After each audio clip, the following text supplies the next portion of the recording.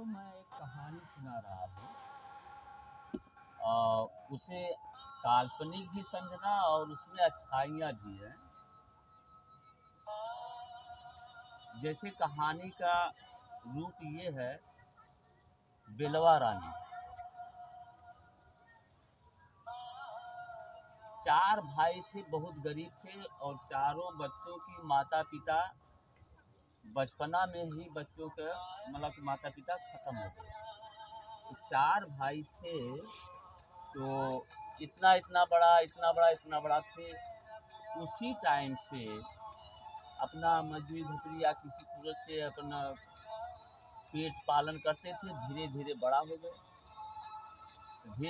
हो गए, तो 3 भाई की शादी हो गई। चौथा नंबर सबसे छोटा जो था, उनको भाभियाँ लोग खाना बनाकर देती थी। तो एक रोज तीसरा नंबर की भाभी जो है बोली कि अपना शादी कर लो, कितना दिन हम बनाएंगे खिलाएंगे तुमको, खाना पीना देंगे। तो छोटा भाई बोला कि भाभी मैं अभी शादी नहीं करूँगा। तो तीसरा नंबर भाई भी कहा कि बच्ची शादी भी हम ठीक कर दे रहे हैं, कर लो।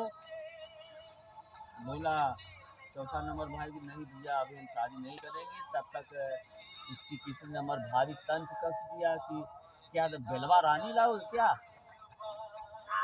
नहीं करोगे शादी।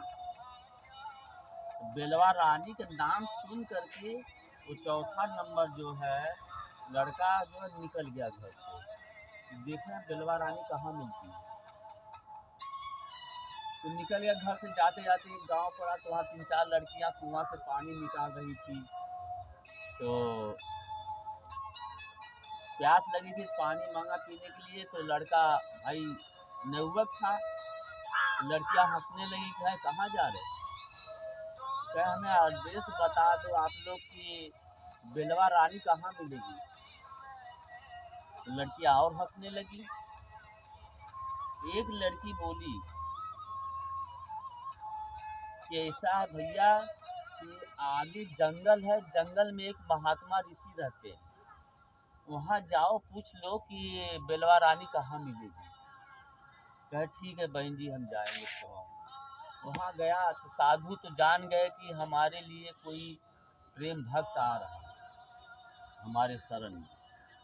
तो वहाँ जब पहुँचा तो बाबा जी सोए थे। तो उनके पैर के साइड वो लड़का बैठ गया।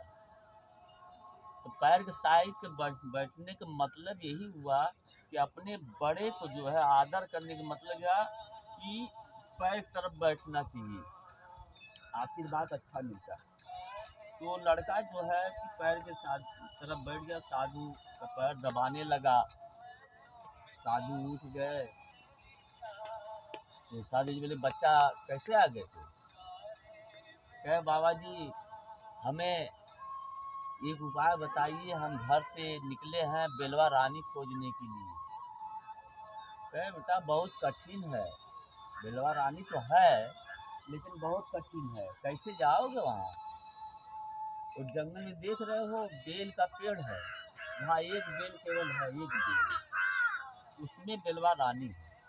और वहाँ एक राक्षस बैठा है उसका देख रेख रखवाली के लिए।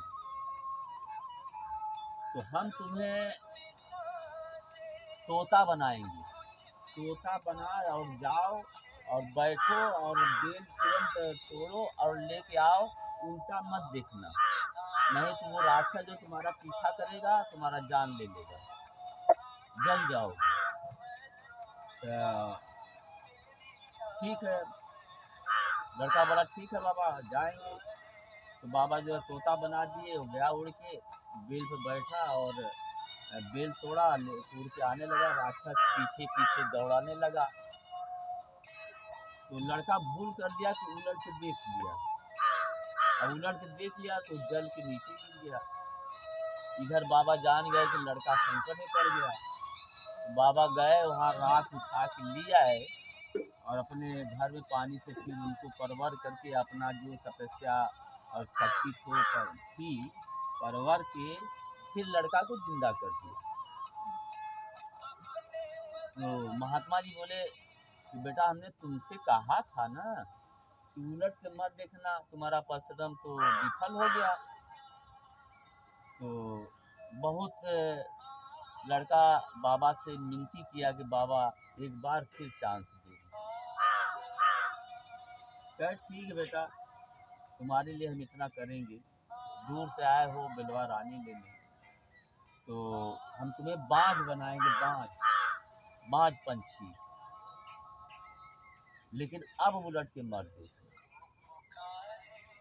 ठीक है बाबा, तो बाज बना दिए महात्मा जी लड़के को। बाज उड़ के गया बेल पर, फिर बेल तोड़ा और बेल उठा के ले आके वहाँ राक्षस रख दिया था। बेल फिर वहाँ बाज गया, बेल लिया, फिर उड़ के आने लगा। राक्षस पीछा किया, लेकिन वो बाज उलट के देखा नहीं, आके ठीक महात्मा जी के यहाँ उतर गया। तब तक राक्षस कुटिया पर, उनके महात्मा कुटिया पहुँच गया। तो महात्मा जी बोले कि यहाँ से चले जाओ, नहीं तो तुम्हें अभी हम जला देंगे। नहीं जा रहा था, तो फिर पानी परवरे जलाने के लिए, तो राक्षस हाथ जोड़ करके और गलती क्षमा मांग करके चला गया।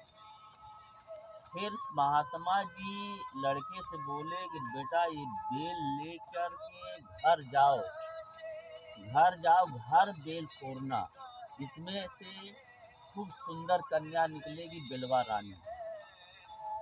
तो ठीक है बाबा। लड़का बेल लेकर के चल दिया, लेकर के बीच रास्ते में एक गांव पड़ा, रात हो गई। तो लड़का बोला कि हमको घर के मालिक से कि हमको कोई शरण दे दीजिए, रात भर रहेंगे, सुबह चले जाएंगे। कहे ठीक है, लेकिन वो कुछ बदमाश का घर था, तो एक रूम में उसको दे दिया। तो अपने रात में प्लान बनाया वो घर मालिक की, इसको रात में मार दो, इसके पास क्या है उसको रख दिया। तो उन्हें मतलब कि लड़का सुन लिया कान से। तो दूसरे तरफ खिड़की से जो है, रात 12 बजे पहले ही खिड़की से दांत के निकल के चल दिया। रात भर आया, सुबह हुई तो घर के अपने जैसे 1-2 किलोमीटर घर रह गया, तो एक कुआं था, कुआं पे बैठ गया। सोचा कि अब यहीं इसी जगह आराम करेंगे, थक गए हैं। तब तक उसी गांव से एक औरत आ रही थी। तो लड़का बोला कि अरे बहन जी, हमारे घर भाभी भेज दीजिए, और हम आए हैं बिलवा रानी को लेकर के। क्या ठीक है, तो गया, कह दिया इधर। उसको मतलब कि दिल में गुदगुदी बढ़ रही थी, वो बेल फोड़ने के लिए कब फोड़े, तो वो कुएं के पास ही बेल फोड़ दिया। जब बेल फोड़ गई, तो उसमें से फर्स्ट क्लास बिलवा रानी कन्या जो निकल गई, और पूरे पोशाक के साथ दुल्हन के तरीके से। जो नींद आ गई लड़के को, तो अपने टांग के ऊपर मतलब लेटा कर बैठ गई। तब तक वो तीसरा नंबर भाभी जो है उसकी आ गई, देखी कि बहुत अच्छी है, बहुत सारा गहना पहनी हुई है, साड़ी बहुत अच्छा पहनी हुई है। तब बहकाने लगी वो तीसरा नंबर भाभी जो है, बहुत हबस लालची थी। तो उसका बोलने लगी देवरानी जी, अपना ये गहनवा और सड़िया दे दीजिए, हम पहने, देखे अच्छा लगता है, ये हमारा पहन। तो बिलवा रानी ने दे दिया, पहन ली। तो तीसरा नंबर भाभी उसको बोली चलो कुआं में झांक के देखा अच्छा लग रहा है। तो अपने पति का सर नीचे कर करके गई झांकने। तो तीसरा नंबर भाभी बिलवा रानी को कुएं में ढकेल दिया। कुएं में ढकेल दिया, तो उसमें जो है वो गुलाब का फूल बन गया। तो देखी कि तो गुलाब फूल बन गया, तो लड़का उठा और साथ लिया के गया घर। तब वो तीसरी नंबर भाभी घूंघट नहीं खोल रही थी, नखरा की कि हमारा सर दर्द कर रहा है, जो कुआं में एक फूल है उसको ले आओ, पीस करके हमारे सर पर रखो तो सर ठीक हो जाएगा।